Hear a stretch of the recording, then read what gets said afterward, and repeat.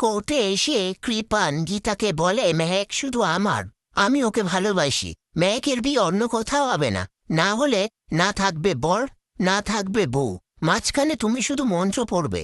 কথা শুনে গীতা কৃপানকে একটা থাপ্পড় মারে। কৃপান বলে, মানছি আমি ড্রিঙ্ক করে ভুল করে ফেলেছি, কিন্তু পদ্ম যখন আমাকে ওই চটটা মারে তখন থেকেই আমার ইগো হার্ট হয়েছে। আমি কোর্টে সব অন্যায় স্বীকার করে নেব, কিন্তু আমি মেহেকের বিয়ে অন্য কোথাও হতে দেব না।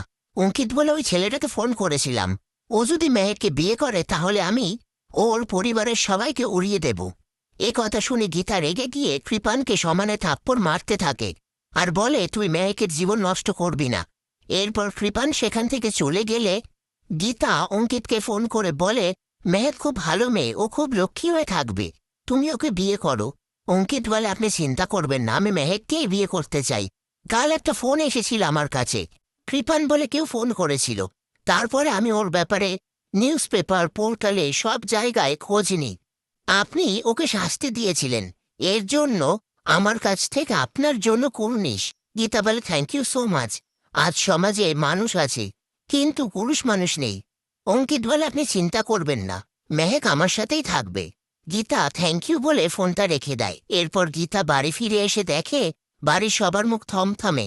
সেটা দেখে গীতা বলে, কি হয়েছে? তারপর সবাই বলে, তুমিই দেখে নাও। এরপর গীতা দেখে টেবিলে অনেক তত্ত্ব সাজানো। সেটা দেখে বলে, এগুলো কে পাঠালো? তারপর বিয়ের কার্ড খুলে দেখে সেখানে কৃপনের সাথে মেহেকের বিয়ের কার্ড ছাপা হয়েছে।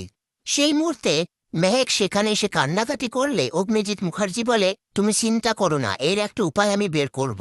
তখনই গিনি বলে, যদি এই ব্যাপারটা নিয়ে থানা পুলিশ হয়, অঙ্কিতের বাড়ির সবাই যদি জেনে গিয়ে বিয়েটা ভেঙে দেয়, তাহলে কি হবে? আর আমাদের তো পুজোর আগে ধুমধাম করে আশীর্বাদ করার প্ল্যান, তারপরে বিয়ে। আমি কিছু বুঝতে পারছি না, এবার তাহলে কি হবে?